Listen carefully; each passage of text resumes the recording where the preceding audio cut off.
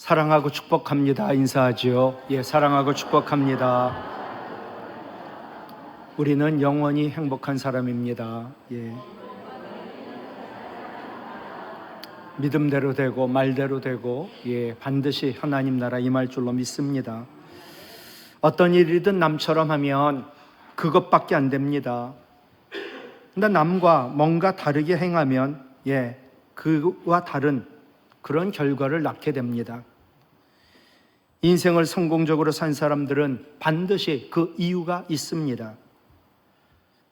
오래전에 성공하는 놈은 뭔가 다르다라는 책이 있었습니다. 성공하고 싶으면 두 가지 조건이 있어야 하는데, 하나는 빈털터리여야 한다. 또 하나는 뭔가 남과 다른 것이 있어야 한다. 만약에 내가 아무것도 없다, 어려운 가운데 있다, 근데 크게 내가 무엇인가 이루었다, 그것만이 성공이라 할 수 있으니까, 혹 지금 내가 가진 것도 없고 환경이 어렵다고 한다면 여러분은 성공할 수 있는 큰 조건을 하나 가지고 있으니 참으로 그것도 은혜요 복이요, 그러니 힘내시기를 바랍니다. 그러나 무엇보다 성공, 프로 말하면 잘 되는 것을 원하는 사람은 당연히 무엇인가 달라야 합니다. 잘 되는 사람은 잘 되는 이유가 있고 안 되는 사람은 안 되는 이유가 있습니다. 가정도 마찬가지입니다. 오늘 사무엘하 3장 1절, 사울의 집, 다윗의 집, 그 사이에 전쟁이 오래매, 싸움이라고 하지 않고 전쟁이라고 했습니다. 이기느냐 지나의 문제가 아닙니다. 사느냐 죽느냐의 문제입니다. 우리의 신앙이 그렇습니다. 그런데 다윗은 점점 강해지고 사울의 집은 점점 약해져 갔다. 한번 물어보지요. 여러분은 사울입니까? 다윗입니까? 여러분의 가정은 사울의 가정이 되기를 원합니까? 다윗의 가정이 되기를 원하십니까? 먼저 첫 번째, 회개가 남달라야 한다. 그래야 점점 강해지고, 그리고 소위 하나님이 잘했다 칭찬하며 성공하는 믿음의 사람이 되는 거지요. 즉 회개가 삶이 되어야 합니다. 회개는 한마디로 내가 변하는 겁니다. 사울은 실패한 인생의 전형적인 예입니다. 사무엘상 15장에 보면 사무엘이 사울을 찾아와 가지고 아멜렉을 진멸하라고, 하나도 남김없이 다 진멸하라고. 이유는 하나입니다. 아멜렉이 출애굽한 이스라엘 백성들을 제일 먼저 공격했기 때문입니다. 그런데 사울에게 하나님 왜 이 말씀을 하셨을까? 참으로 의외로 저는 여겨졌습니다. 왜냐하면 창세기 15장 바로 앞에 창세기 13장 2절 앞에 보면 사무엘상 13장에 블레셋과의 전투를 앞두고 워낙 강대국이니까 백성들이 두려워합니다. 이제 제사를 드리고 전쟁을 해야 되는데 두려우니까 백성들이 하나하나 터지기 시작합니다. 그런데 사무엘 선지자를 기다릴 수가 없습니다. 자꾸 흩어지고 사람들이 도망가니까. 그래서 사울이 하나님께 자기 주제를 넘어 제사를 사무엘 대신에 드리는 잘못을 저지르고 맙니다.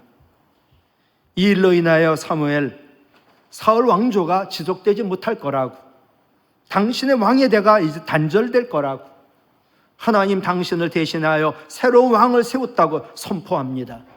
그리고 사무엘은 사울 곁을 떠납니다. 그런데 사무엘상 13장에서 그런 일이 있고, 지금 2장이 지난 15장에서 사무엘이 다시 사울을 찾아와 가지고 하나님 말씀하신 것이라고, 하나님 말씀대로 하라고 전하고 있습니다. 하나님이 사울에게 다시 한번 기회를 주신 거지요. 이 기회를 잘 살리기만 하면 사울은 하나님 말씀하신 거 뒤집을 수 있지 않았을까 저는 생각합니다. 하나님이 사울에게 다시 한번 기회를 줬습니다. 하나님 말씀 순종해라. 그리고 잘못한 거 회개하라.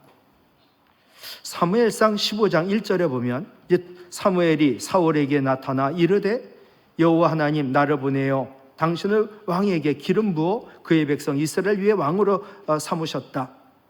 그거 지금도 계속 진행되고 있다고 저는 해석해요. 이제 왕은 여호와의 말씀을 들으소서. 하나님 말씀하셨으니까, 아말렉을 진멸하고 말씀하셨으니까 그 말씀 듣고 순종하라고. 사울은 하나님 명령받아 그가 전쟁에 나가 대승을 거둡니다. 근데 어찌 되었는지, 대승을 거뒀는데 하나님 진노하시고 사울을 왕위에서 폐위한다고 선언하셨습니다. 사무엘상 15장 11절, 내가 사울을 왕으로 세운 것을 후회하노니 사울 그가 돌이켜 나를 따르지 아니하며 내 명령을 행하지 아니했다. 아말렉 족속을 진멸하라고 했는데 좋은 것 다 남겨놓고 챙겼습니다. 그리고 하나님께 드린다고 변명했습니다. 그러자 이어지는 사무엘상 15장 23절에 왕이 여호와 하나님 말씀 버렸으므로 하나님도 왕을 버려 왕이 되지 못하게 하셨나이다. 이게 마지막 이제 선언입니다. 그러면서 중요한 사실을 사무엘은 선포하지요. 사무엘상 15장 22절, 사무엘이 이르되 같이 읽어요. 순종이 제사보다 낫고. 아멘. 오늘 우리가 예배 제사를 드려요. 하나님 생명 걸고 드리라는 예배거든요. 근데 그거보다 더 중요한 것은 예배 가운데 선포되는 말씀대로 듣고 순종하는 거예요. 여러분 매일같이 묵상 말씀을 보내드려요. 읽으시나요? 읽으시나요? 네. 그 말씀 정말 하루에 적용하여 순종하나요? 그러면서 말씀 순종하지 않은 것에 대하여 사무엘상 15장 23절 이어져요. 거역하는 것은 점치는 것과 같아. 네 마음이 완고해가지고 하나님 말씀 안 듣는 것은 우상에게 절하는 죄와 같아. 하나님 말씀하시더라고요. 사울아, 네가 왕인데 옛날엔 겸손했는데 어떻게 왕이 되고 그렇게 변했니? 하나님 말씀 왜 안 듣니? 하나님 말씀 왜 순종하지 않니? 그것은 우상 숭배하는 거와 똑같아. 그렇게 말씀하시는 거예요. 여러분 신앙의 실패든 인생의 실패든 실패한 사람은요 하나님 말씀 안 들어요. 그리고 하나님 말씀 순종하지 않아요. 이 나쁜 습관을 버리지 않는 한 신앙에서 인생에서 성공할 수가 없어요. 사울은 아말렉 족속 진멸하라고 그 하나님 말씀에 순종하지 않습니다. 그리고 기름지고 좋은 소와 그리고 어린 양을 살려둡니다. 그러자 사무엘의 책망을 듣는데 왜 진멸하라고 했는데 저거 남겨뒀냐고. 그러면 또 한 번 찬스를 준 거잖아요. 제가 잘못했다고. 회개하기보다는 또 변명을 합니다. 그리고 회개하지 않습니다. 하나님께 제사 드리려고 살려뒀다고 변명합니다. 실패하는 사람의 특징은요 사울처럼 하나님 말씀 듣지 않아요. 그리고 말씀이 선포되어 회개를 얘기하면 변명해요. 회개하지 않아요. 그러니 삶이 변화될 수가 없지요. 회개는 삶의 변화를 말하는데 사울에게는 회개가 없었는데 다윗에게는 회개가 있었습니다. 많은 사람들, 대부분 사람들 자신이 얼마나 심각한 죄인인지를 모릅니다. 추석 연휴 동안도 일주일 동안도 부모님에게, 아내와 남편에게, 자녀에게, 우리 친척들에게 어떤 죄를 지었는지 모릅니다. 참회의 기도를 드리지만 기도할 내용이 없습니다. 여러분 다윗이요 밧세바 범하고 남편이 우리아를 전쟁에 내보내 죽게 하고 밧세바를 자기의 후처로 삼지요. 이 죄를 모르는 다윗에게 하나님 나단 선지자를 보냅니다. 나단이 말해지요. 왕이요 어느 부자가 양과 소가 아주 많은데요 이웃에 가난한 이웃이 있어가지고 어린 암양 한 마리를 자식처럼 돌보는 그런 가난한 이웃이 있는데 이 부자인 사람이 자기 손님을 대접하려고 이 가난한 사람의 한 마리밖에 없는 재산과 같은 자식과 같은 어린 양을 뺏어다가 그 손님을 대접했습니다. 그러자 다윗이 화를 내고 소리 지르죠. 여호와의 살아계심을 두고 맹세한다. 이 일을 행한 자 마땅히 죽을 거다. 그러자 나단이 말합니다. 바로 당신이 그 사람이라고. 나단의 외침에 다윗은 꼬꾸라져 시를 씁니다. 그것이 시편 51편입니다. 저는 다윗이 성군이고 믿음 좋은 사람인데 어떻게 그렇게 큰 죄를 지었지? 그리고 그렇게 엄청난 죄를 짓고도 어떻게 다윗이 모를 수가 있지? 참으로 충격적이었습니다. 그런데 이것이 바로 나의 모습, 우리 죄인들의 실상이요 죄의 실상입니다. 오늘도 예배드리지만 하나님, 저 죄인이라고 눈물 콧물 흘리며 회개할 수 있는 것은 성령만이 우리의 죄를 깨닫게 하실 수 있기 때문입니다. 오늘도 예배드리며 진정 회개하고 눈물 흘리며 감동을 받고 삶이 변화되는 사람은 그의 예배를 하나님이 받으신 것입니다. 그렇지 않으면 하나님, 가인의 예배처럼 우리의 예배를 받지 않으신 겁니다. 진정한 회개는 성령만이 죄를 깨닫게 하여 할 수 있는데, 나 자신이 지옥에 떨어져 죽어 마땅한 죄인임을 깨닫는 것, 그것이 바로 진정한 회개입니다. 다윗은 회개하면서 자신이 하나님께만 죄를 지었다라고 그가 고백합니다. 시편 51편 계속 4절 세 번역이에요. 내가 주님께만, 오직 주님께만 나는 죄를 지었습니다. 다윗이 자신의 죄가 밧세바, 그의 남편 우리야, 전쟁 내보내 죽은 병사들, 그리고 이스라엘 백성들, 그들에게 자신이 죄를 지었지만 본질적으로는 내가 하나님께 죄를 지었다라고 그는 깨닫고 고백합니다. 시편 51편 계속 4절에 보면 내가 주님 앞에서 악한 짓, 악한 죄를 저질렀다.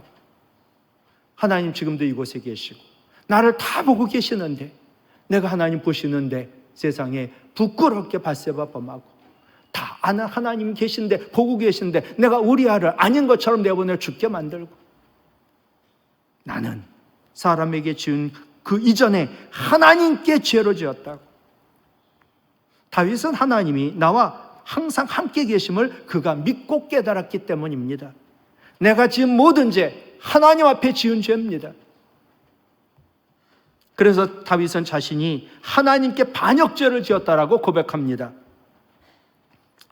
성령으로 깨닫고 보면 모든 죄가 하나님 눈앞에서 지은, 하나님께 지은 죄, 즉 하나님이 왕 되심을 무시하고 하나님의 주권을 무시하고 거역한 반역죄라는 거예요. 여러분, 사람이 죄를 지으면 감옥 가는데 높은 사람, 그것도 하나님 아버지께 죄를 지었다면 그 반역죄는 살아남지 못합니다. 이런 죄인이 어떻게 지옥 가지 않겠습니까? 그러므로 오늘도 예배 가운데 진정으로 회개한 사람은 결코 남을 정죄하지 않습니다. 내가 예배를 드렸는데 예배 드리자마자 이 사람 비판하고 저 사람 비난하고 남을 정죄하고, 그것은 회개가 아닙니다. 진정한 회개란 내 힘과 능력으로, 내 선행과 공로로 되지 않아요. 다윗은 막강한 권력과 막강한 재물을 모두 소유하고 있었지만 자기의 죄를 사함받지 못하는 걸 알고 하나님께 자비와 긍휼과 사랑을 구하며 내 죄를 용서해달라고 무릎 꿇었습니다. 다윗은 하나님께 사랑, 자비, 긍휼을 구했지요.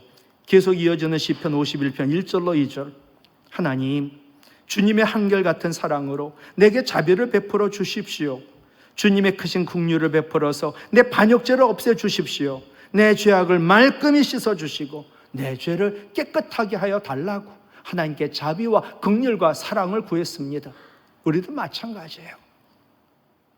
오늘도 말씀 가운데, 예배 가운데 하나님, 제가 죄인 가운데 괴수라고, 예수님이 십자가에 못 박은 자라고, 나보다 더 악한 죄인은 없다고, 그러니 내가 누굴 정죄하고 누굴 비판하고 비난하겠습니까? 이 모든 죄를 하나님 긍휼히 여기서 용서해달라고, 성령이 연약한 나를 도우사 이제는 말씀대로 정말 회개의 삶을 열매를 맺고 살게 해달라고. 어느 정도 죄인임을 깨달아야 진정 회개한 것일까요? 내가 예수님이 십자가에 못 박은, 그래서 지옥에 갈 죄인임을 아는 데까지 가야만 진짜 회개한 사람이요, 그의 삶은 남을 비난하고 정죄하지 않습니다. 변화됐으니까. 여러분, 나보다 더 악질인 사람을 세상에서 보았습니까? 나보다 더 악질인 사람이 세상에 없음을 내가 인정하고 알고 믿을 때, 내가 죄인 중에 괴수임을 알고 고백할 때, 그게 진정으로 회개한 자입니다.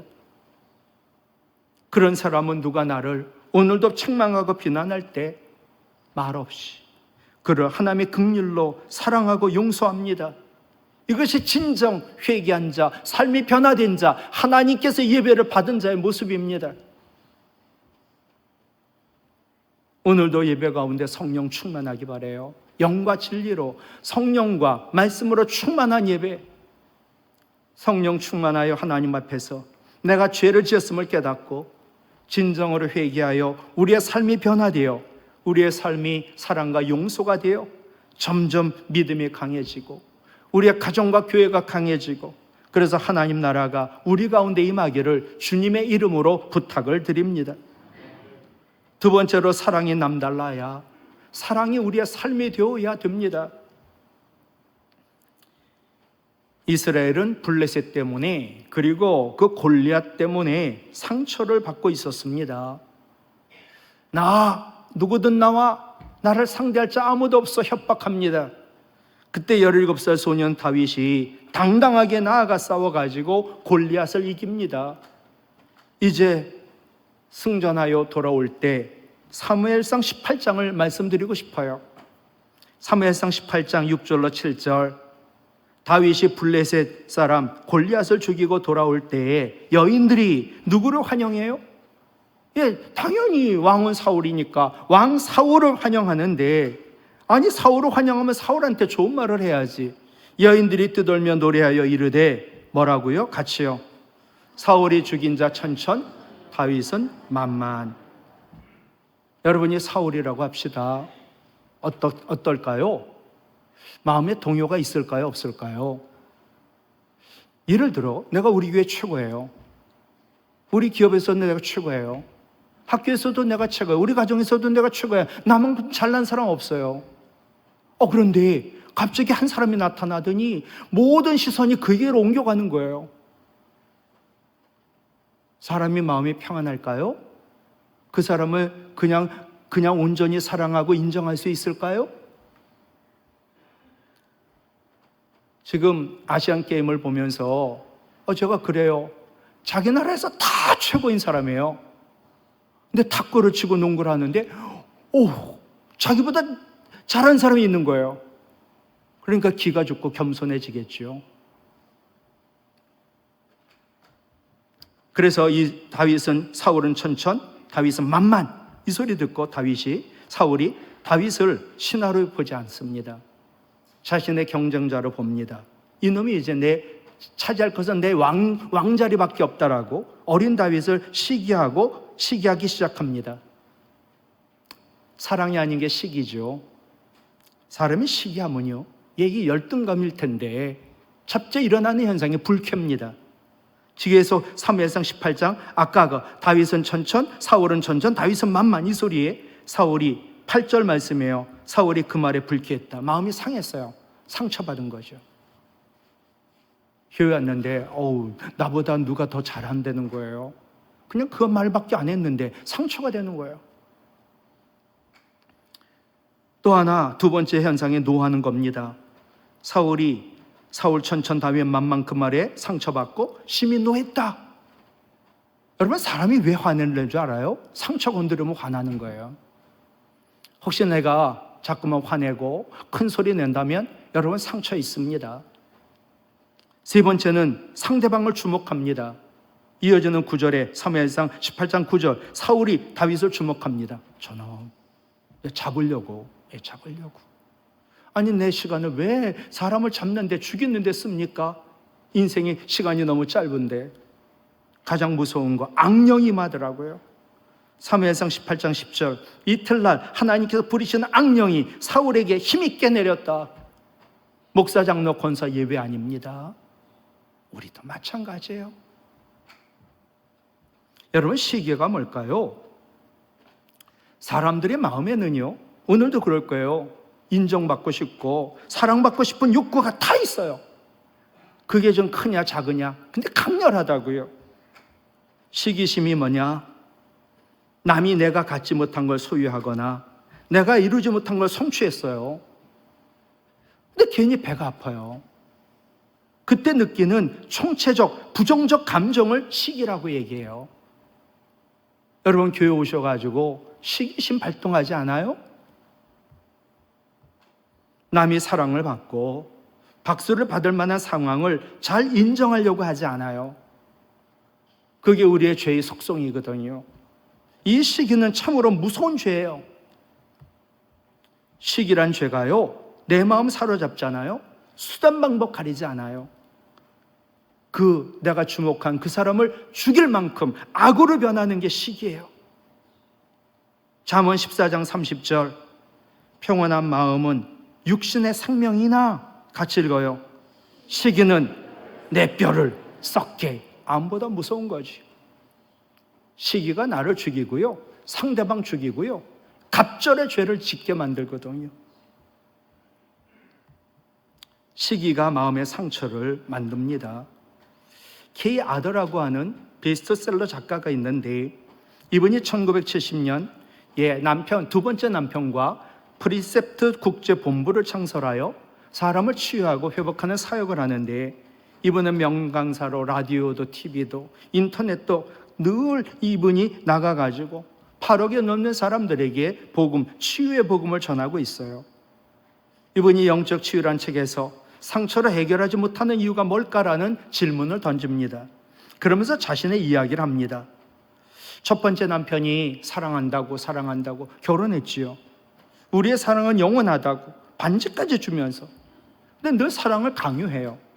여러분, 사랑은 내가 원하는 대로 상대방을 만드는 게 아니라 상대방이 원하는 대로 내가 변하는 게 진짜 사랑 아닌가요? 결국 말 안 듣는다고, 내가 당신한테 다 해주는데 왜 내 말 안 듣냐고, 결국 결혼 6년 만에 아내를 폭행하고 때리기 시작합니다. 결국 못 살죠. 두 아들은 이 K 아더가 맞고 별거를 합니다. 그러니 아이들은 완전히 상처를 받은 아이들, 정서적, 영적, 정신적으로 이 모든 가족이 다 깊은 상처를 받습니다. 남편은 자꾸 전화해가지고 내가 당신 때문에 병들었다고, 정신병원 가야 되겠다고, 당신이 말 안 들으니 나 죽을 거라고. 사람이요, 그 상대방을 괴롭히는 것 가운데 자살이 있어요. 내가 죽음으로 네 마음에 한평생 못을 박을 거야. 그래서 자살한다는 거예요. 하도 그러니까 이 여인이 그럼 그렇게 하라고, 그래야 유산을 내가 상속받을 수 있을 거 아니냐고. 남편이 전화 걸고 편지할 때마다 계속 서로 상처를 주고받아요. 진짜로 아내에게 못을 박으려고 자살을 했습니다. 그동안 이 K 아더 상처받고, 남편 자살로 또 상처받고, 아들들은 말할 것 없이 큰 상처받고, 근데 결국 주님 앞에 자기의 죄 사함받고 자기의 상처 다 드러내고 치유를 받습니다. 그리고 책을 쓴 게 영적 치유입니다. 그리고 그분이 은혜 받은 말씀이 예레미야 17장 14절, 여호와여 주는 나의 찬송이시오니 같이 읽을까요? 나를 고치소서, 그리하시면 내가 낫겠나이다. 나를 구원하소서, 그리하면 내가 구원을 얻으리이다. 나같이 상처 많은 사람도, 나같이 상처 많이 주고 사람을 죽이기까지 그 내물한 사람도 하나님 구원받을 수 있냐고. 저는 죄인이요, 상처 주고 또 상처 많이 받은 정말로 아픈 병자요, 죄인이라고. 나 고쳐달라고, 그래서 나음받고 구원해달라고 죄와 허물 가운데, 부끄러움 가운데 구원을 얻었습니다. 우리 하나님 자신을 계시하셨습니다. 출애굽기 15장 26절 같이 읽어요. 나는 너희를 치료하는 여호와임이라. 아멘. 시기심을 가지고 또 상처받은 우리를 치유하실 수 있는 분, 우리의 모든 병과 모든 약한 것을 치유하시는 분, 오직 치료의 여호와 하나님, 라파 하나님이신 줄로 믿습니다. 우리 주님 십자가 지심으로 우리가 죄와 사망에서 구원받았는데, 우리 주님 채찍에 맞음으로 우리가 나음을 받았도다 믿으시기 바라요. 아픈 분들이 붙들고 기도하는 게 주님 능력 나의 능력이 되므로, 예수님 채찍에 맞음으로 주님 능력 내 능력 되어 내가 나을 줄로 믿습니다 라고 기도하거든요. 여러분, 다윗이라고 상처 없는 사람 아닙니다. 하나님이 사무엘에게, 사무엘 이새의 집으로 가라, 이새의 아들 가운데 한 사람에게 기름을 부어 왕으로 삼아라. 사무엘이 이새의 집에 갔지요. 8아들 가운데 이새가 7아들을 사무엘 앞에 세웁니다. 다윗은 세우지 않았습니다. 8아들 가운데 제일 별 볼 일 없으니까 한마디로 무시한 겁니다. 아버지로부터 무시당했던 이 아이, 그것만이 아니에요. 형들로부터도 상처를 받았습니다. 골리앗이 위협하고 협박을 하자 다윗이 나서지요. 사무엘상 17장 26절, 이 할례받지 않은 블레셋 사람 골리앗이 도대체 누구기에 살아계신 우리 하나님 군대를 모욕하냐. 아니, 형들이 봐도, 아니 사울 왕이 봐도, 이스라엘 백성들이 봐도 가소로워요. 그러자 큰형 엘리압이 듣고 노하여 바라여 다윗에게 상처 주는 말을 합니다. 사무엘상 이어지는 17장 28절, 다윗, 너 어찌하여 이리로 내려왔어? 들의 양 누구에게 맡겼어? 지금 네가 한 얘기 교만이야. 그리고 네 마음이 완악해. 그걸 알아? 너 지금 전쟁이 구경하러 왔는 데가 전쟁인 줄 알아? 너 전쟁을 구경하러 왔지? 상처를 주는 거야, 형들이. 그것만이에요? 사울 왕으로부터 상처받았죠? 아니, 골리앗 이긴 게 뭐가 죄입니까? 13년 동안 왕이 다윗을 죽이려고 쫓아다녀요. 그러나 다윗은 사울과 달랐습니다. 아까 사무엘상 18장, 사울은 천천, 다윗은 만만. 그래갖고 사울이 마음이 상해서 상처받고 불쾌하고 노하고 다윗을 죽이겠다 주먹하고 악한 영이 임했어요. 근데 다윗은 달랐어요. 이어지는 사무엘상 18장 14절이에요. 다윗은 그런데 그럼에도 불구하고 그의 모든 일을 같이 읽어요. 지혜롭게 행하니라. 여호와께서 다윗과 함께 계시니까. 하나님 나와 함께 계신다. 그래서 내가 사람들에게는 만만을 죽였다. 근데 지금 사울이 마음에 상처받고 나를 죽이려고 한다. 근데 그대로 그와 같이 행하지 않아요. 여러분, 교만한 사람은요, 사람을 보잖아요, 무시합니다. 나는 너와 달라. 내가 같이 너와 논다고 나랑 맘먹어? 이 교만한 자예요. 겸손한 사람은 다릅니다. 저는 당신과 다릅니다. 말도 안 해요. 행함으로, 사랑으로 그를 용서하고 품어요. 여러분, 누가 이긴 자예요? 다윗이 그랬어요. 하나님 나와 함께 하시니까 그는 사울처럼 미워하지 않고 사랑하고 용서하고 축복하고. 다윗이 13년 동안 사울의 쫓김을 받아요. 사울을 죽일 수 있는 기회가 왔어요. 그의 부하들이 말합니다. 하나님 주신 기회라고. 그러니 사울을 죽이라고. 바로 오늘이 그날이라고. 그런데 다윗은 사울을 죽이지 않아요. 그의 옷자락만 잘라요. 근데 옷자락만 자른 것도 너무나 마음이 아파 찔러가지고 회개합니다. 왜? 하나님의 종을 내가 조금이라도 손봤다고. 사무엘상 24장 4절로 6절, 다윗의 사람들이 이르되, 다윗의 부하들이에요. 여호와 하나님이 당신에게 이르셨다. 내가 원수 이 사울을 네 손에 넘긴다. 그러니 네 생각에 좋은 대로 사울에게 행하라 하셨다고. 바로 그날이 오늘이라고. 그러자 다윗이 일어났어요. 사울을 그냥 죽이면 돼요. 사울의 겉옷자락만 가만히 베요. 근데 그리고 난 후에 사울 옷자락 뱀으로 말미암아 다윗의 마음이 찔렸어요. 내가 그러면 안 되는데. 그리고 자기 사람들에게 말해요. 내가 손을 들어 하나님의 기름 부음 받은 내 주를 치는 것 하나님 금하셨는데 내가 그만 여호와의 기름 부음 받은 자를 그렇게 했다고. 여러분, 이것이 다윗이 사울보다 한 수 위인 거 아닌가요? 물론 다윗도 그의 인품과 능력이 있어서 한 거 아닙니다. 스가랴 4장 6절, 힘으로도 능력으로도 되지 않고 오직 하나님의 영 성령으로 되는 줄로 믿습니다. 성령 충만해야 사랑할 수가 있지요. 로마서 5장 5절 외우자고 했어요. 시작. 성령으로 말미암아 하나님 사랑이, 그 뜨거운 사랑이 우리 마음에 부어져야 하나님을 사랑하고 교회를 사랑하고 성도를 사랑하고 원수까지 사랑할 수 있는 거죠. 다윗이 죄를 범하고 그가 제일 먼저 한 기도가 뭔지 아세요? 시편 51편 11절 같이요. 나를 주 앞에서 쫓아내지 마시며 주의 성령을 내게서 거두지 마소서. 성령 떠나면 나도 사울과 똑같은 사람입니다. 그러니 하나님 은혜지요. 내가 다윗이 된 것. 성령 충만한 다윗은요, 성령으로 말미암아 하나님의 사랑으로 사울을 사랑으로 용서하였습니다. 그러자 하나님 다윗의 사랑의 마음을 보시고 다윗과 그의 집을 점점 강하게 만들었지요. 물어볼게요. 나는 사울입니까? 다윗입니까? 물어볼게요. 여러분, 사울의 집이 되기를 원합니까? 다윗의 집이 되기를 원합니까? 내 자식, 내 손주 위에서도 다윗이 되어야 되고 다윗의 집이 되어야 되는 거죠. 사랑하고 용서하고 성령 충만함으로. 사울은 다윗을 보고 네 이놈, 나는 너랑 달라. 어디 감히 나랑 맞먹으려고. 이 교만한 자의 모습이에요. 혹시는 우리도 그런 생각과 그런 마음을 가지고 교회에 오고 사회생활하고 있지는 않습니까? 결국 죽이려고 했지요.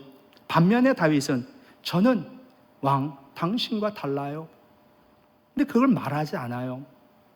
사랑으로 행하여 보여줬지요. 그것이 큰 자요. 믿음의 큰 그릇이요. 은혜 받고 복 받고 당연히 우리 자녀 자손들 잘 되는 길이지요. 말씀을 마칠게요. 어느 아버지가 아들에게 아들, 사랑하는 사람과 결혼해라. 그런데 따뜻한 사람과 결혼해. 옳고 똑똑한데 따뜻하지 않은 사람 싫어. 그 사람 보면 굉장히 똑똑하고 그리고 옳아요. 근데 늘 그 사람은 나를 아프게 해요. 그게 남편이든 아내든 그게 누구든 싫어요. 말씀을 마치는데 김구 선생님이 주례한 가장 짧은 주례 기억나셔요? 주례하면서 아들 보고 신랑 보고 신랑, 널 보면 네 아버지가 생각나. 그러니까 잘 살아. 주례 끝. 예. 오늘도 하나님 말씀 선포됐어요. 하나님 말씀으로 회개가 나의 삶이 되고 사랑이 나의 삶이 되고 너를 보면 우리 주님 하나님 생각나. 그러니 회개가 사랑이 삶이 되어 잘 살아. 그러면 네 인생 영원히 잘 될 거야. 성령 충만으로 진정 회개하여 성령의 열매인 사랑이 우리 삶이 되어 교회와 세상을 치유하고 우리 마음과 가정과 교회와 이 땅에 하나님 나라 임하기를 주님의 이름으로 부탁을 드립니다.